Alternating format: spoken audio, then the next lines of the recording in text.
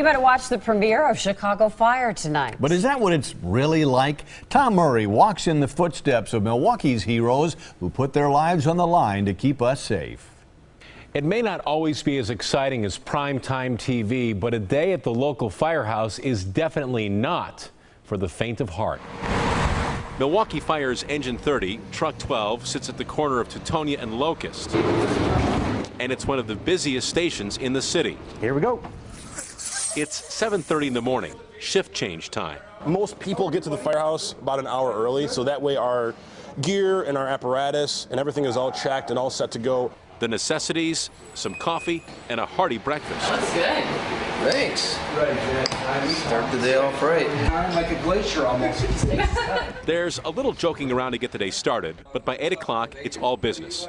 As Captain Joe tells the guys what's on tap for the day. We have EMT this afternoon for the engine. I'll be switching up with Lieutenant Ponder. The guys don't have much time to relax before their first call. Dispatch, this call Street Command. We have an auto fire. Thanks to their speed and skill, the car fire is out within minutes. Shortly after, it's time for a school fire drill, which includes a fire extinguisher inspection. Good. After that, it's off to a training exercise at a vacant house. We train on a regular basis. I mean, you can never know too much about a job that can kill you. The new guys are practicing roof ventilation. After plenty of times of practice, it gets easier, but no, it's never real easy. It's always a challenge. After a successful training session, the veterans decide it's time to have a little fun with the rookies. It's prank time, but things get serious again quickly. As the guys head out on an EMS call for a person with lung disease. Thanks to the firefighters, the patient is stabilized and transferred to the hospital. After a busy morning, it's time for lunch. All the guys pitch in to buy some sandwich fixings. Then firefighter Dave takes us on a quick tour of the firehouse. These are our worst enemy in the middle of the night.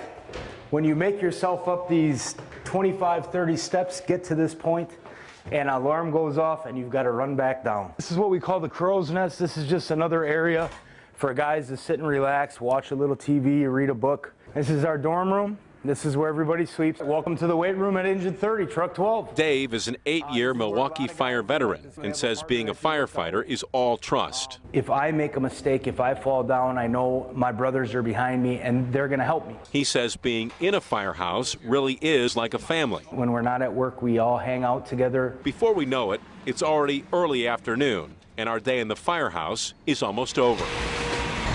But not before a few more runs, including a couple false alarms and even a stop to pick up a fallen traffic light.